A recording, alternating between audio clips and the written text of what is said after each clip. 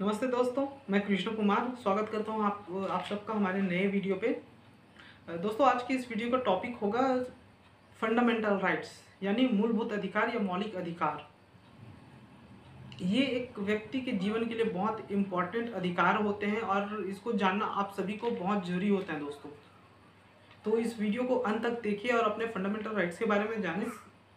वैसे तो हम इस राइट्स के बारे में बहुत पहले से स्कूल से पढ़ते आ रहे हैं, लेकिन अक्सर लोगों को याद नहीं होता कि उसके फंडामेंटल राइट्स क्या हैं और उसके राइट्स का दुरुपयोग हो जाता है।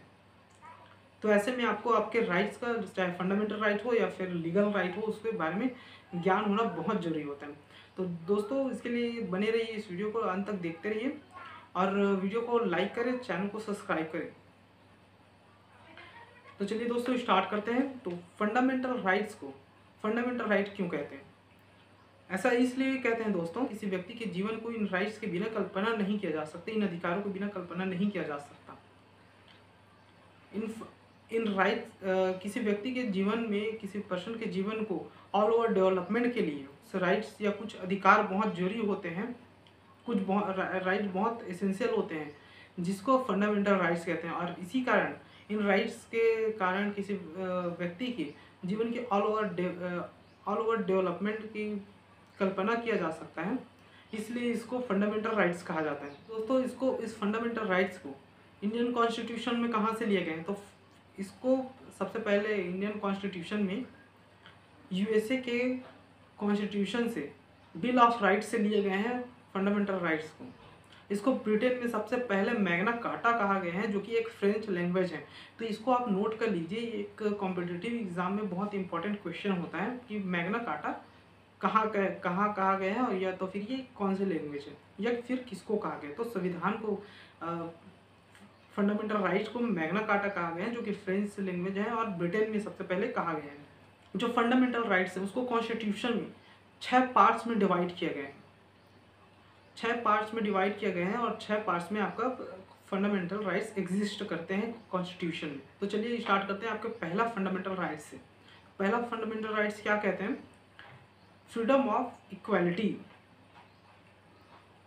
फ्रीडम ऑफ इक्वालिटी, ये जो दिया राइट है, ये जो आपका अधिकार है, वो कॉन्स्टिट्यूशन के आर्टिकल 14 से 18 तक में दिया हुआ है।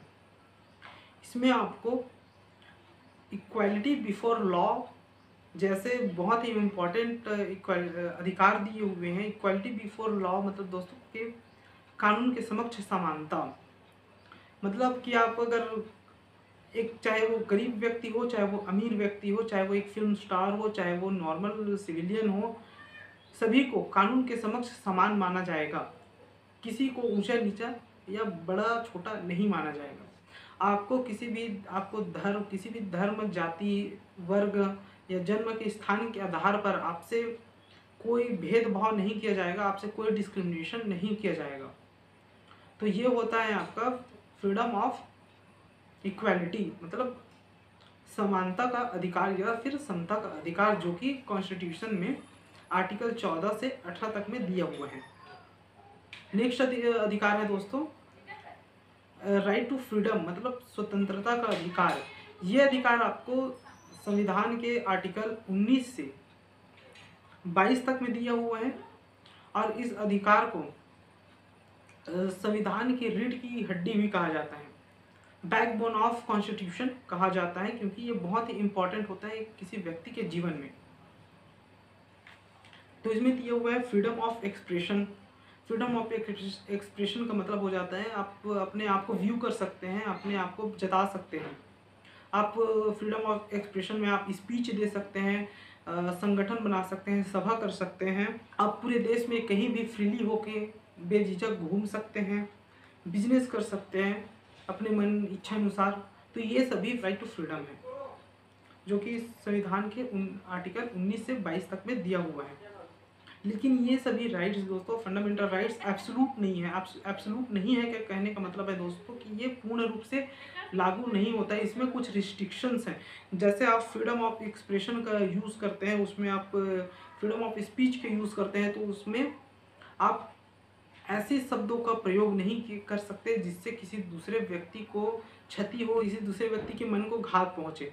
या फिर ऐसे बात नहीं बोल सकते, ऐसी स्पीच नहीं दे सकते देश के अखंडता व सुरक्षा को हानि पहुंचे, ऐसी भी एक स्पीच नहीं दे सकते, और न ही असेंबली बना सकते हैं, न ही ऑर्गेनाइजेशन बना सकते हैं। तो ये सभी उसमें रिस्ट्रिक्शन लगा दिए गए हैं। ये पूर्ण रूप से नहीं लागू, पूर्ण नहीं है, एब्सोल्यूट नहीं है, इसमें रिस्ट्रिक्शंस हैं। आर्टिकल में 21 में लाइफ एंड पर्सनल लिबर्टी का अधिकार होता है। Right, life and personal liberty का अधिकार होता है, मतलब जीवन और दैहिक स्वतंत्रता का अधिकार होता है। तीसरा राइट्स है दोस्तों, राइट अगेंस्ट एक्सप्लॉयटेशन। ये क्या होता है? शोषण के विरुद्ध आपका अधिकार। अब जहां अगर शोषण होता है, जैसे बाल मजदूरी हो जाता है दोस्तों, बाल मजदूरी होता है, या फिर महिलाओं को काम ज़्यादा कराया जाता है कम पैसे देकर, या फिर एक समय निर्धारण किया जाता है कि इतने घंटे आपको काम करना है और उससे ज़्यादा आपसे काम लिया जाता है, आपको पेमेंट कम दिया जाता है, ये सभी शोषण होता है, शोषण के अंतर्गत आते हैं। तो इसके अगेंस्ट आपको एक कॉन्स्टिट्यूशन में राइट दिया हुआ है कि आप इसमें रेमेडी की मांग कर सकते हैं कॉन्स्टिट्यूशन की इन आर्टिकल को यूज़ करके, क्योंकि ये आपका मूलभूत अधिकार है। चौथा है दोस्तों, right to freedom of religion. इसका मतलब दोस्तों, आप कहीं भी कभी भी किसी भी धर्म की प्रैक्टिस कर सकते हैं बिना रोक टोक के। इसको कॉन्स्टिट्यूशन के आर्टिकल 24 से 28 तक, 25 से आर्टिकल 25 से 28 तक में दिया गया है। और इसमें आप किसी भी रिलीजन को, किसी भी धर्म को प्रैक्टिस कर सकते हैं। जैसे आप अगर हिंदू हो तो आप अगर मुस्लिम धर्म को प्रैक्टिस करना चाहते हैं तो आप कर सकते हैं, क्रिश्चियन धर्म को प्रैक्टिस करना चाहते हैं आप कर सकते हैं, बौद्ध धर्म को प्रैक्टिस करना चाहते हैं आप कर सकते हैं। इसमें कोई रोक टोक नहीं है, आप फ्री हो इसमें कि आप उसको प्रैक्टिस कर सकते हैं। ये आपका हो जाता है right to freedom of religion. Next होता है दोस्तों कल्चरल एंड एजुकेशनल राइट। इसको 29 और 30 आर्टिकल में दिया हुआ है। इसमें कल्चरल और एजुकेशनल राइट का मतलब हो जाता है कि आप किसी भी अपने जो कल्चर हैं उसको आप प्रैक्टिस कर सकते हैं, आप किसी भी जगह पर रहकर। या फिर एजुकेशनल राइट जो है उसमें उस राइट के तहत आपको एजुकेशन का राइट होता है। और जैसे 7 साल के बच्चों से लेकर 14 साल के बच्चों को फ्री एजुकेशन प्रोवाइड किया जाता है गवर्नमेंट के द्वारा। तो ये आपका राइट टू एजुकेशन है और कल्चर को आप कहीं भी प्रैक्टिस कर सकते हैं। नेक्स्ट है दोस्तों, और लास्ट आपका राइट जो होता है राइट टू कॉन्स्टिट्यूशनल रेमेडीज होता है। ये आपको 32 आर्टिकल में दिया हुआ है। इसमें कॉन्स्टिट्यूशनल रेमेडी कहने का मतलब है दोस्तों के साथ इलीगल काम होता है।